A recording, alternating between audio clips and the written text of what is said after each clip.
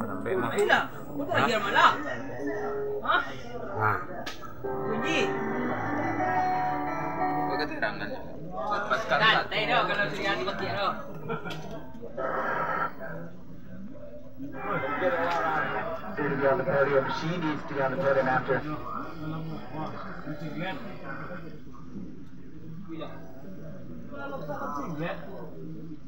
Ini ya.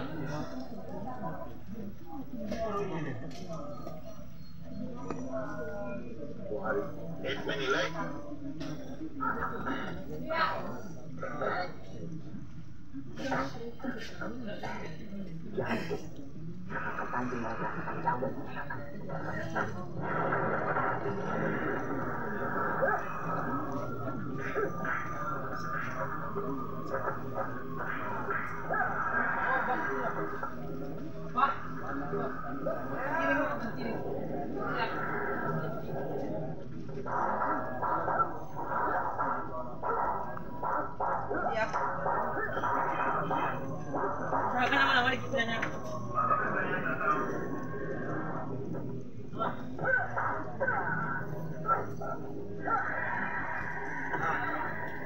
Wih, lihatnya.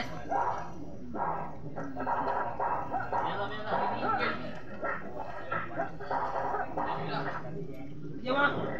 Ya.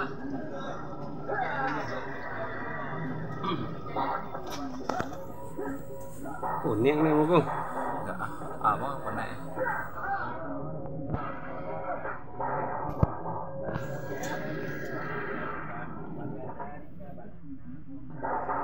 Kau tepi yang kayaknya nampak aja, Bang.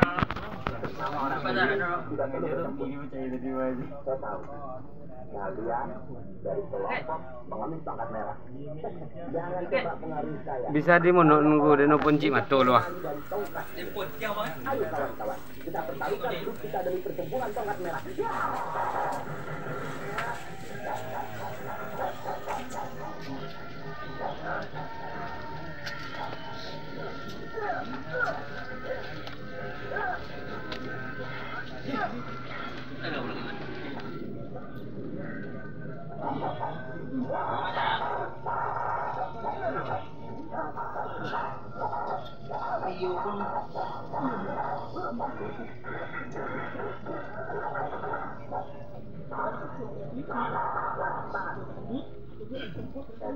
Tuh bagi itu mungkin nyawa kami itu dong Iya.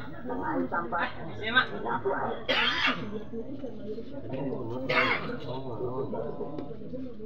Saya sampai dengan pimpinan tadi. Tapi kenapa kamu bersama dua setan dari Bukit Tinggi itu? Ini sebab. Secara kebetulan saja, kakak. Kami bertemu dengan mereka di perjalanan. Ada kebetulan. Nah, seterusnya sampai selesai.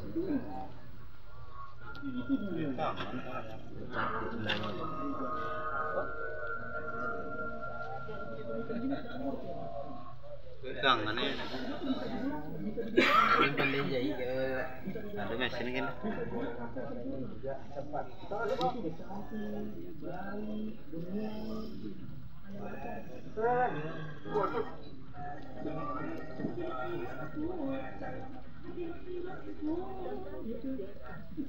Kembali di masa ketika Reski baru saja memenangkan gugatan atas Weni di Pengadilan Negeri Tangerang. Sesaat setelah kemenangan tersebut, Weni dihubungi pihak Reski yang siap melakukan tes DNA. Alih-alih mengiyakan niat baik Reski, Weni justru menolak.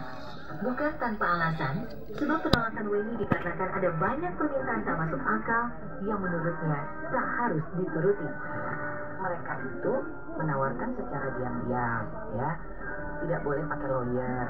Nggak usah pakai lawyer Mbak Weni, nanti saya bantu mediasi dengan pihak Reski. Dengan Reski, bukan pihak ya. Karena yang bicara langsung ibu lawyernya. Saya bantu nanti mediasi dengan Reski. Terus nanti anak Mbak Weni saya bawa ketemu Reski. Nanti hasil DNA-nya kami kasih tahu. Maksud saya kok kayak pesan ya gitu, maksudnya kok seenak gitu ya, saya nggak mau lah. Dan saya harus cabut laporan banding gugatan banding saya gitu. Artinya kalau itu dicabut, kami tidak punya kekuatan hukum lagi. situ. Tapi dia bilang nanti Keke saya ajak ketemu Reski. Saya pikir cuma main gitu kan. Kalau main boleh, saya tidak pernah marah.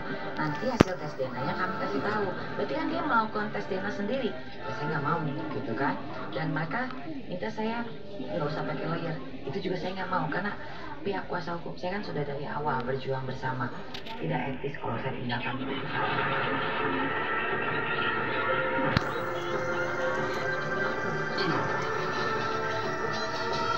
Kisah panjang perjuangan Weni mendapatkan pengakuan Reski atas anak yang digandung satu persatu mulai terbongkar. Reski yang awalnya diam dan mengaku tak mengenal sosok Weni kini mulai terbuka. Dalam memori yang dikirimkan pada ibu Keke, secara jelas Reski menuturkan kisah pertemuannya hingga menjalin kerjasama dengan wanita tersebut. Tak sedikit pun menyinggung masalah Keke. Sebenarnya apa yang diharapkan Reski usai mengajukan permohonan kasasi? Benarkah kini Weni merasa sedang dipermainkan pihak Reski Aditya? Merasa dipermainkan gitu kan? Iya. Ya seperti kita sama-sama tahu lah, Reski awal-awal kasus ini tidak mengenalin. Setelah dibuktikan ada surat menyurat segala macam, baru dibilang teman bisnis. Banyak apa ya, kebohongan demi kebohongan dia terus lakukan gitu. Sampai terakhir membuat janji palsu terhadap dia mau tes DNA mana. Artinya kan langkah kasasi ini dia seperti menghindar ya. Pokoknya dia mau bilang apapun tentang saya silahkan saja, tapi apa bukti hal yang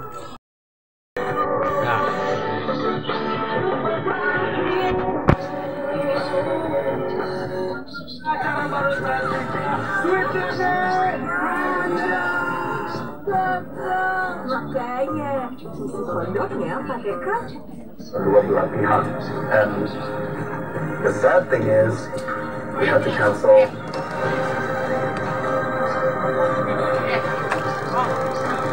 Namun mengejutkannya lagi di tengah Boy yang mempunyai keputusan sendiri di mana soal meragukan akan pernikahan, sang oma justru mengaku malu dengan keputusan cucunya itu.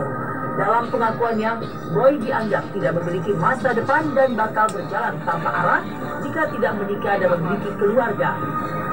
Saya si Boy mau nikah nggak jadi, malu gua tuh. Sebodoh amat orang mau ngatain gue ikut campur urusan orang. Yang penting ini mah urusan keluarga gue, apapun gue mau tahu. Di sisi lain, Karen Pradella, mantan kekasih Boy William, justru terlihat santai dan menghabiskan waktunya untuk berlibur ke Paris dan Belanda usai batal menikah dengan Boy William.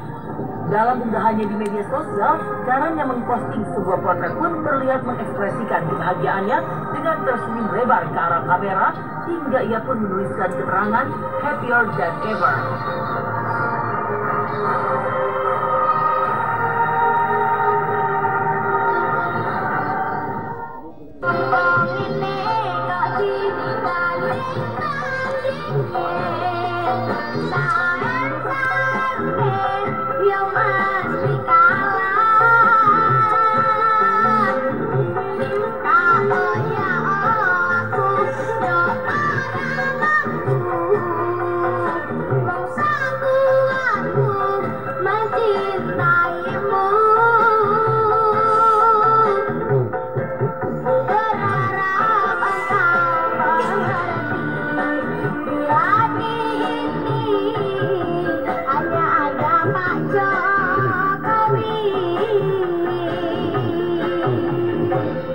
Istana Negara memang baru saja menghadirkan penyanyi cilik Farel Prayoga seusai upacara pengibaran bendera di Hari Kemerdekaan Republik Indonesia pada 17 Agustus 2022 kemarin.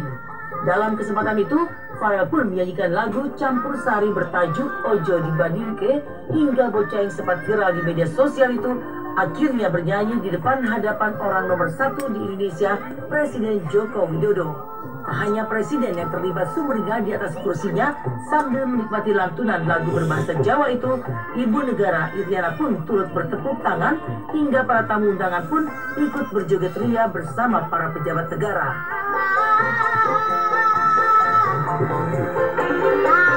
Senang nyanyi bareng. Kalau keliling kayak gini senang apa yang disenangi apa?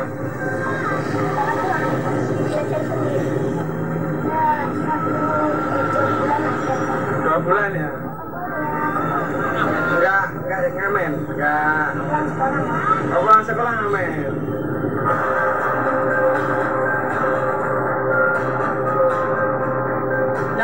Menangisnya di balik kemeriahan penampilan Farel Prayoga di Istana Negara, rupanya kisah haru justru terjadi di kampung halamannya di Banyuwangi, Jawa Timur, di mana orang tua Farel tak bisa menyaksikan langsung penampilan buah hatinya itu di layar televisi lantaran di rumahnya yang berada di Dusun Sumarejo, Desa Kepundungan, Kecamatan Srono, Banyuwangi ternyata tidak mempunyai televisi. Asli mana, Pak? Kepundungan Srono. Sumarejo. Mana Pak sini, Pak? Nyemen, Pak. Baru ini. Sama saya. Belajarnya sama sini kan? Saya nggak pernah ini. Kemarin kan baru bisa pakai juara sana. Alat-alatnya memang sederhana kayak gini. Oh, pakai HP Pak berarti ya? Iya. Oh, dibalakin HP. Tak hanya itu, Farel yang kini berusia 12 tahun di mana masih duduk di bangku kelas 6 sekolah dasar itu juga sudah mencicipi pahit manisnya hidup di mana sempat menjadi pengamen jalanan hingga mencicipi sejumlah panggung ke panggung untuk mencari penghasilan demi membantu keluarganya. Sering diundang sama orang-orang? Sering Pak. Yang anaknya? Iya. Kegiatan diundang di mana saja? Kadang-kadang ya tetangga yang pertama tetangga di sana. Kalau ada acara baru kalau di sekolah kan acara ini Pak ya. Pertama 2 jam itu ya 2 jam berapa itu? Dapat berapa itu? 200 sama tiap hari ya? Tiap hari Pak. Kasihan kalau 2 hari. Tentunya tak hanya Farel dan keluarga yang merasa bangga, sang pencipta lagu Abah Lala pun tak bisa menahan harunya hingga ia pun menangis saat lagunya dinyanyikan oleh Farel di perayaan hari ulang tahun ke-77 Republik Indonesia di Istana Negara kemarin. Alhamdulillah ya alamin beberapa yang mereka saya dibanding dinyanyikan di Istana Negara. Beda lagi cuma kita ada bukan Indonesia dikasihkan dianya warga Indonesia dan dari mana saja supaya saya bangga. Hanya Abah Lala, sosok Winda Utami yang tak lain juru bahasa isyarat pun kini namanya menjadi viral. Usai dirinya tampak asik berjoget sambil menerjemahkan lagu Ojek Badingke yang dinyanyikan oleh Farel.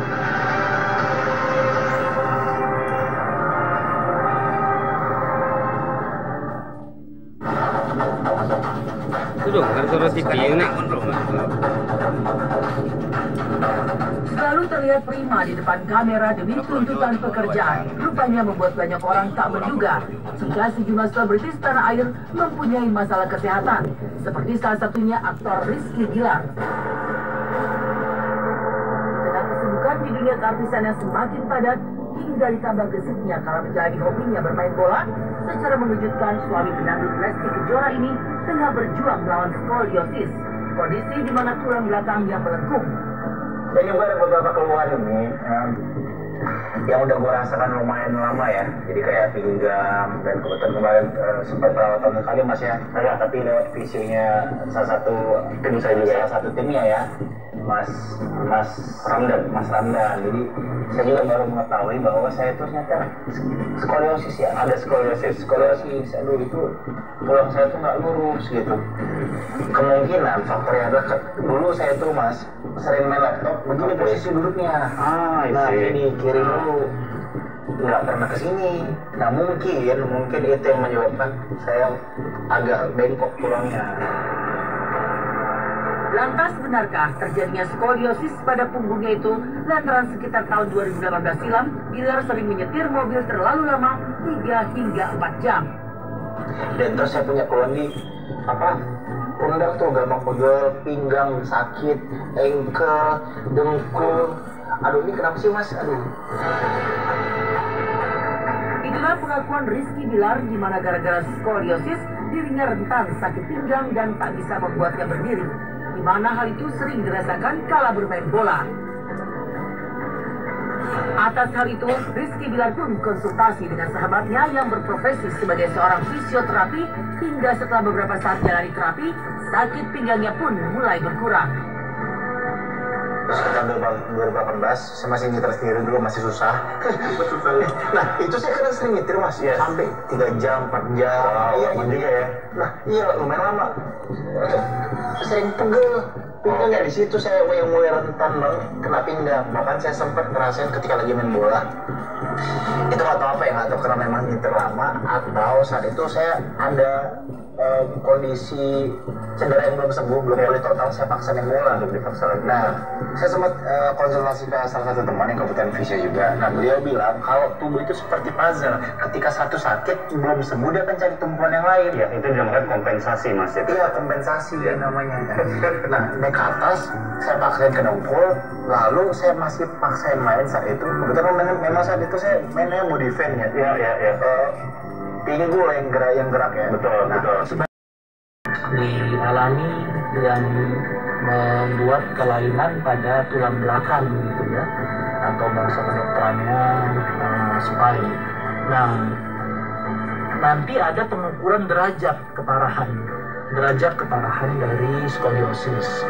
Umumnya bila angle atau sudut dari derajat ini di bawah 20 derajat itu tidak ada yang dilakukan secara intervensi atau tindakan khusus begitu.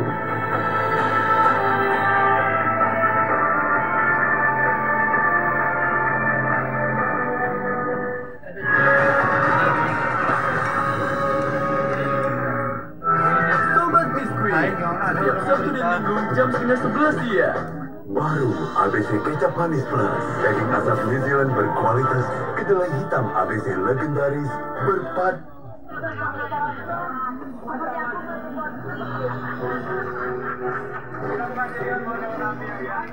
Jadi konten yang kabarnya dipenuhi dengan hal bisnis.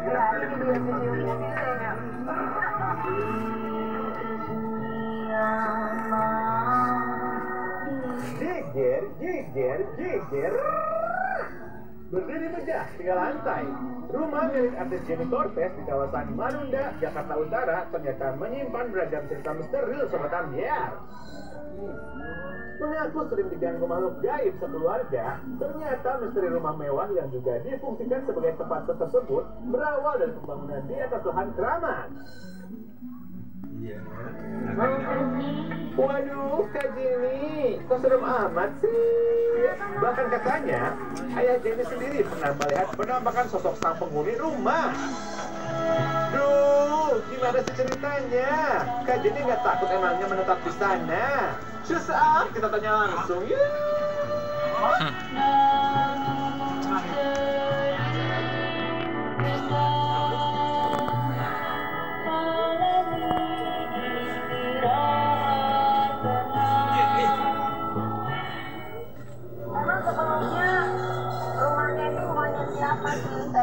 Itu tuh sebenarnya tadinya kan tanah kosong, ya kan? Itu mah tadi tanah kosong, bener-bener tanah kosong mungkin sebelumnya bekas tanah kuburan mungkin ya kan? Tadi tanah kosong ya udah dibeli terus dibangun rumah. Gitu. Oke, jadi belum ada fakta bahwa memang sebelumnya kuburan ya?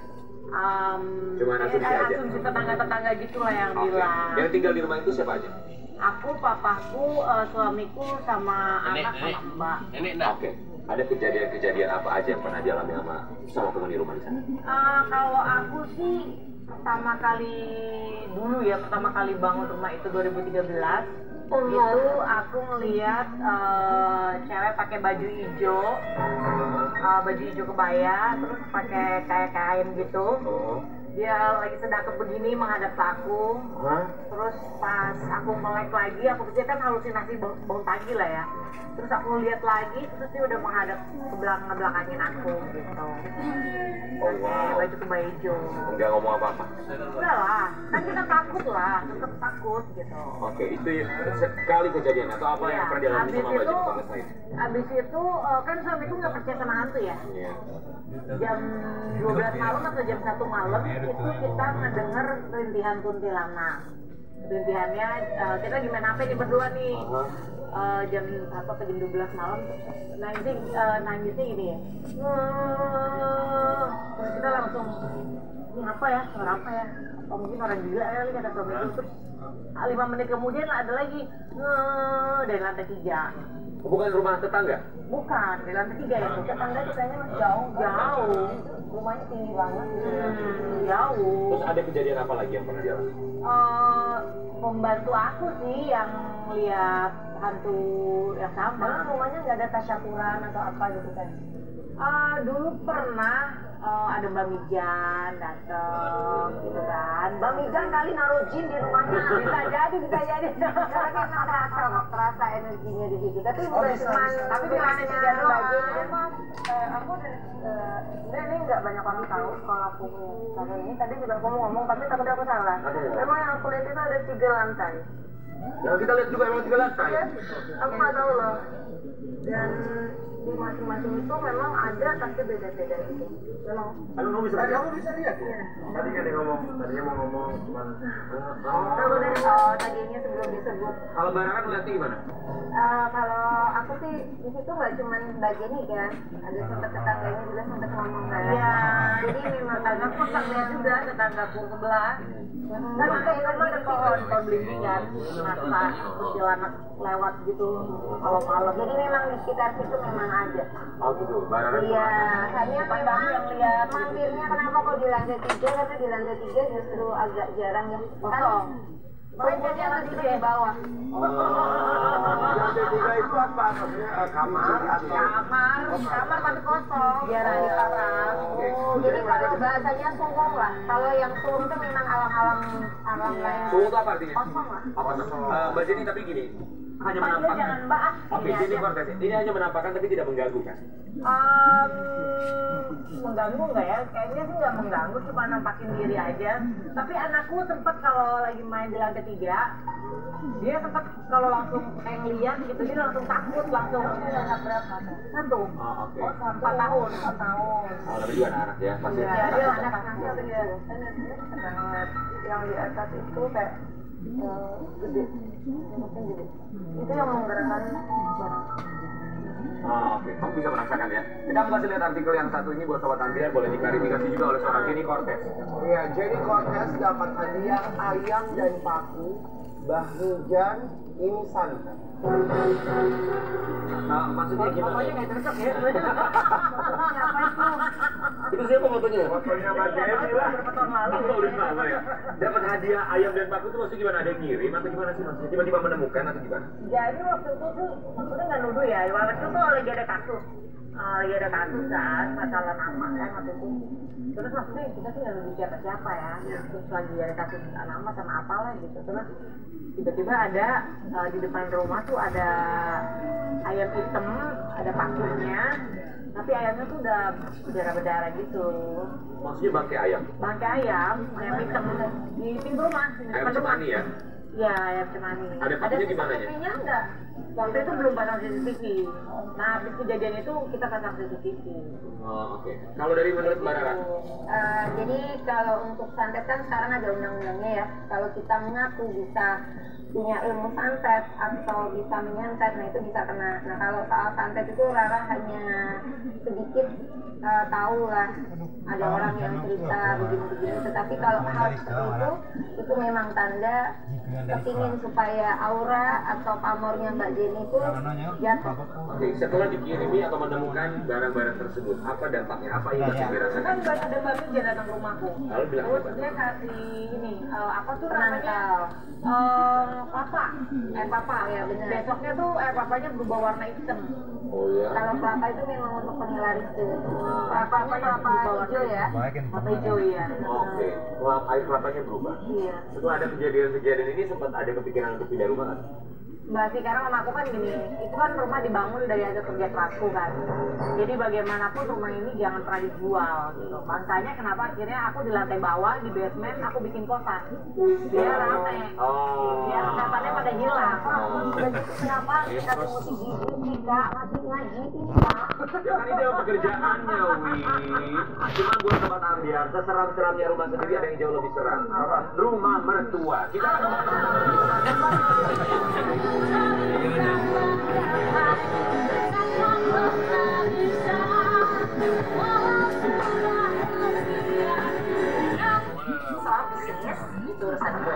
tuh cuma 3. Masak, dan masak. Rambut rontok, masa takdir sih?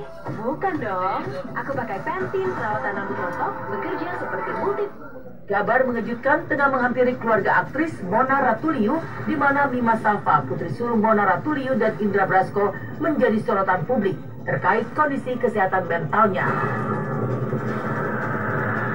Mengaku depresi, terus mengaku punya isu kesehatan mental, terus sampai pernah memang berbagi bahwa pernah melalui masa-masa yang berat lah gitu. Dan aku juga senang banget karena dari aku cerita ke publik, orang jadi mulai cerita, banyak orang yang akhirnya trying to get help gitu loh. Dan aku kayak itulah yang Bunda bilang, ya walaupun mungkin pada saat itu kita melihat itu sebagai kayak hal yang berat, hal yang susah untuk dilewati, cuman at the end of the day itu juga berkah gitu sih. Sebenarnya itu yang kayak one of the reasons why aku pengen sharing. Kabar ini sontak mengejutkan halayak ramai, mengingat putri Mona Ratuliu itu mengaku jika dirinya sempat ingin mengakhiri hidup lantaran merasakan depresi berat yang begitu berkepanjangan, di mana dirasakan selama 7 tahun dari usianya yang saat itu masih 12 tahun. Puncaknya itu bulan Juli 2022 kemarin, aku udah ngerasa berat banget dan kayak capek dengan hidup. Cuman aku nggak kayak sebenarnya tahun ini tuh aku udah mulai cerita gitu ke Bunda ya. Kayak aku udah mulai cerita kalau udah mulai kalau merasa berat, udah mulai ke kamarnya Bunda. Iya, dan aku juga kayak mulai ngomong sama psikiater tuh akhir 2021. Udah mulai ke psikiater juga ya. Karena aku nanya ke Bunda ya dong ya, aku tuh kok kayak nggak sembuh ya kayak kenapa selalu ada cycle yang berulang-ulang kali mulu gitu kan. Sebagai orang tua sekaligus ibu, Mona Ratuliu mengaku sudah merasakan jika sebelum sang anak terkena depresi, Mima saat sekolah dasar memang sering dibully di sekolahnya hingga membuat Mima pun sering sesak nafas dan memilih pulang ke rumah. Namun berkat support orang tua dan psikolog, hingga Mima pun sering curhat melalui media sosial dan ia pun merasa tak sendiri. Akhirnya Mima pun bisa melewati masa sulitnya menjadi lebih baik. Aku bilang ke Bunda, aku mau untuk kayak mama put the story, aku pengen cerita ke banyak orang karena aku tahu bakal bantu banyak orang juga. Lantas seperti apa tanggapan dari seorang psikolog mengingat banyaknya anak muda di zaman sekarang yang mudah depresi? Dan seperti apa pula penyembuhan dari depresi itu sendiri? Anak remaja sekarang terkesannya seperti mudah depresi. Mungkin sebenarnya juga bukan sekarang aja ya, mungkin dari dulu juga ada kok banyak yang mengalami. Tetapi mungkin saja di masa-masa yang sebelumnya, sebelum sosial media seberkembang ini ya, kesehatan mental itu tidak terlalu disadari.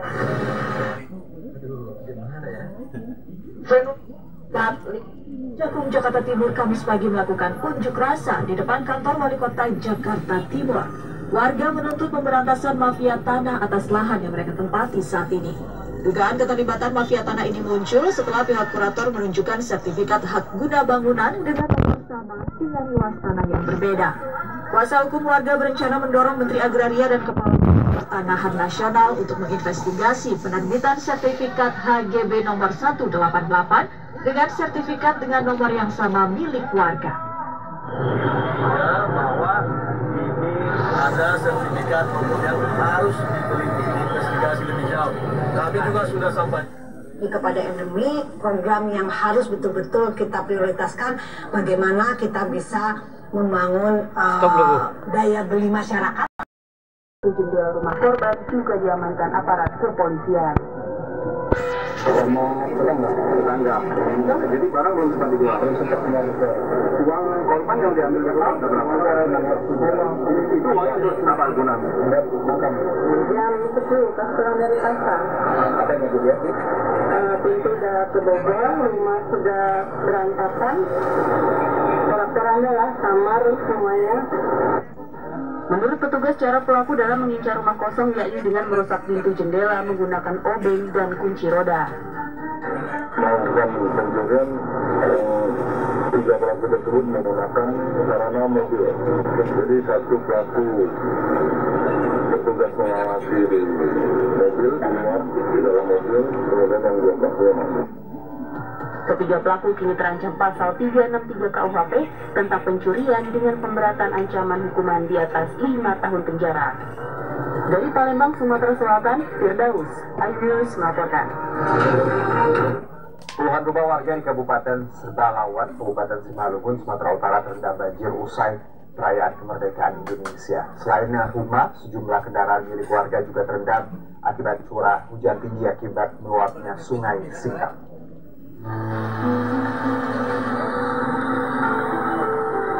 Beginilah kondisi banjir yang sempat direkam warga Kelurahan Serbalawan, Kabupaten Simalungun, Sumatera Utara. Keceriaan warga usai merayakan kemerdekaan RI berubah menjadi kesedihan lantaran rumah dan kendaraan terendam banjir akibat luapan air Sungai Singkang. Selain merendam sedikitnya 50 rumah warga, banjir juga sempat merendam kendaraan milik warga. Peristiwa banjir terjadi akibat intensitas hujan yang cukup tinggi sejak Rabu malam. Bahkan luapan air Sungai Singkang yang terletak dekat perkampungan warga Pasar Bawah merendam rumah warga hingga setinggi 1 meter. Hujannya memang deras sekali, memang tadi malam. Dari jam berapa, Bu? Dari jam setengah 12 hujan ya. 12 malam juga, sampai pagi ini. Mulainya air jam 3. Banjir. Saya lihat tuh di Car Free Night di Solo, itu ada apa ya, aku ngomongnya pakai bahasa isyarat. Saya datang ke standnya mereka, terus saya tanya-tanya. Ya akhirnya setiap hari, waktu itu kan saya tanya si tulinya, rumah kamu di mana, dengan masih begini-gini ya. Oh, rumah saya sini, oh dekat kos saya. Setiap hari saya nyamperin dia ke rumahnya, saya bawa ke kosan saya, cuma buat ngobrol doang. Wow. Jadi belajarnya awalnya dari sini. Oke, dan ini menyenangkan, kemarin kita melihat ya bahwa sambil memberikan terjemahannya dalam bahasa isyarat juga sambil menikmati musiknya. Mbak Winda keren banget. Gimana? Ikutan viral Mbak rasanya? Kaget banget. Karena saya waktu menerjemahkan itu memang fokusnya saya gimana teman-teman tuli saya bisa ikut menikmati musik. Terus saya kasih tahu isyarat, ini ada suara gendang. Oke, saya kasih tahu gendang. Saya kasih tahu ini ada suara biola. Ada biola, saya dengar suara biola, saya dengar piano. Teman-teman saya biar menikmati, tapi ternyata orang-orang dengar juga ikut menikmati, itu saya kaget aja. Itu luar biasa. Tapi sebelumnya pernah yang berbapak pada waktu konser band gitu ya? Oke, Mas ada. Ya, ini ada videonya. Oke, kita lihat yuk. Oke, monggo.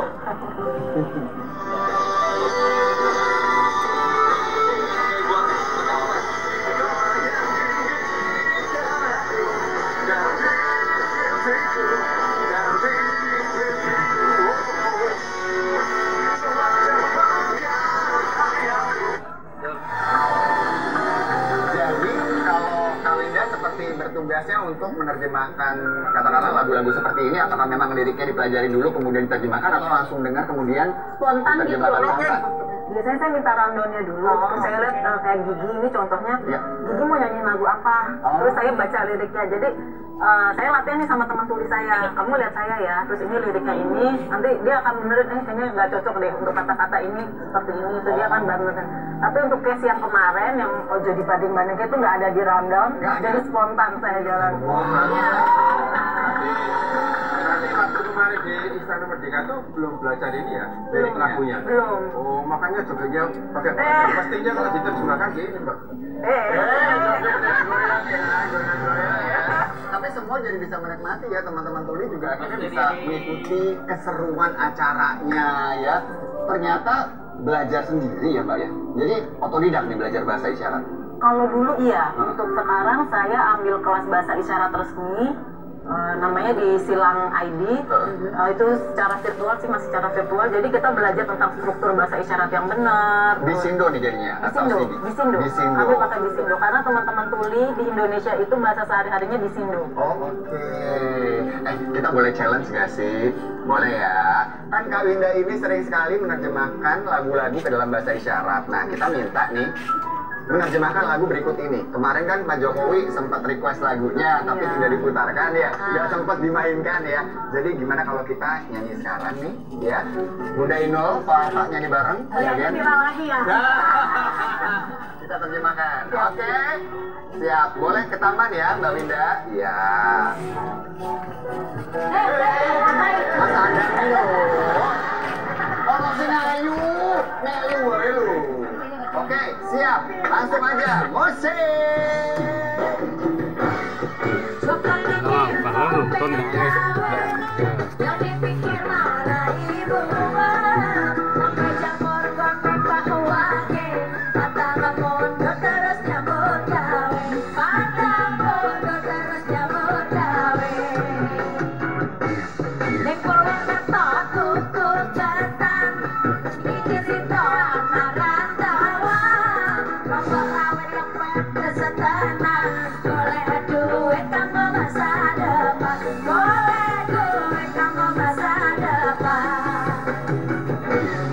rokok-rokok ning isor wet ijo paling abot tinggal anak bojo kudu donat ning Kalimantan tetep semangat kanggo masa depan tetep semangat kanggo masa depan godhong mikir godhong koro jadi pikir aku warang liya ngawur makan koro aku jujur kowe ra percaya aku siap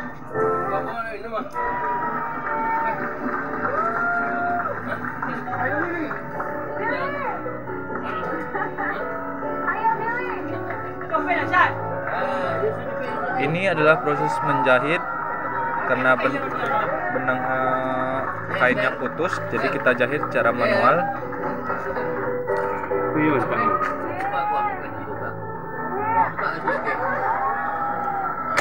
Tinggal pintunya, ada sentuhan. Di sini. Ini pintu kan pintunya. Pintu yang kepegang. Kita bermain di babak SD seleksi.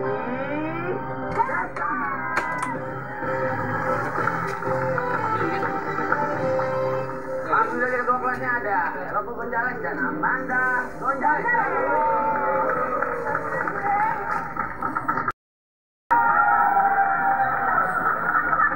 Siapa Pak Vito? Memang kalau pemain bola gerak cepet ya? Dua. Kalau nggak salah Andika Mahesa. Andika Mahesa.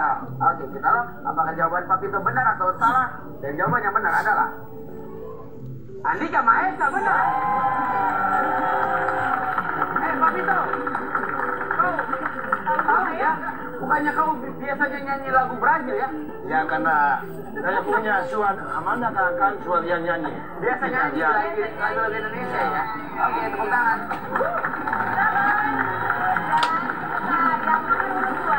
Silakan maju. Mane Semangatnya.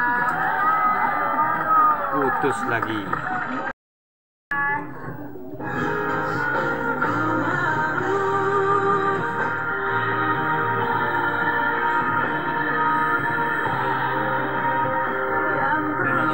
Hah?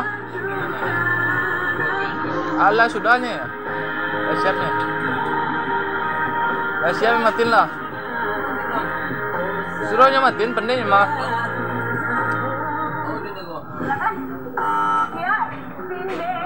Ku harus pergi meninggalkan kamu yang telah hancurkan aku. Sakitnya, semua, oh sakitnya. Kalau jawabannya apakah benar? Dan ini dia.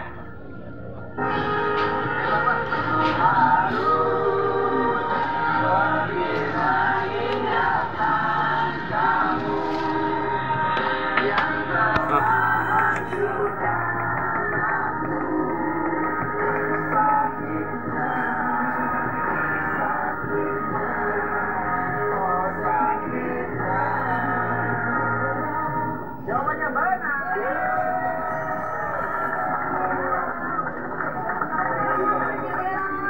Silakan maju peserta selanjutnya kan semangatnya. Nantikan video berikut ini. Ketika anak akhir sekolah. Ya, sekolah yuk. Yuk, ayo dong sekolah. Ya, jangan nangku. Ayo, bangun. Ya, rambutnya udah di hair dryer, udah kering. Ayo sekolah ya, men. Apa? Di sini. Ya, udah sakit sih sini. Dasar egois. Deh, golak keling mah. Apapun golak ini mah. Pertanyaannya, apa nama karakter superhero yang digunakan di baju Bambino? A. Ya, silakan. A. Iron Man. Iron Man. Oke, pilihannya A. Spider-Man, B. Iron Man. Dan jawaban yang benar adalah Iron Man benar.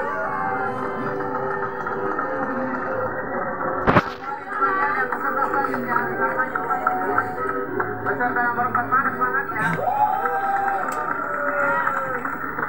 Silakan perhatikan foto berikut ini. Tebak gambar artis nih ya. Tebak gambar artis. Cluenya adalah aku pernah dikabarkan punya hubungan spesial dengan Ariel Noah. Kalau tahu silakan langsung pencet. Iya, silakan. Siapa? Luna Maya. Siapa? Luna Maya. Luna Maya. Oke, clue yang kedua. Clue yang kedua. Manajerku baru saja ditangkap karena suatu kasus. Clue yang ketiga. Aku memiliki anak laki-laki bernama Noah Sinclair. Oke, apakah jawabannya benar Luna Maya? Dan jawaban yang benar adalah Bunga Citra Lestari. Jawabannya salah, maaf. Tapi nggak apa-apa, tetap semangat. Nanti gas lah bunga Hah? Kakak ada juga boy.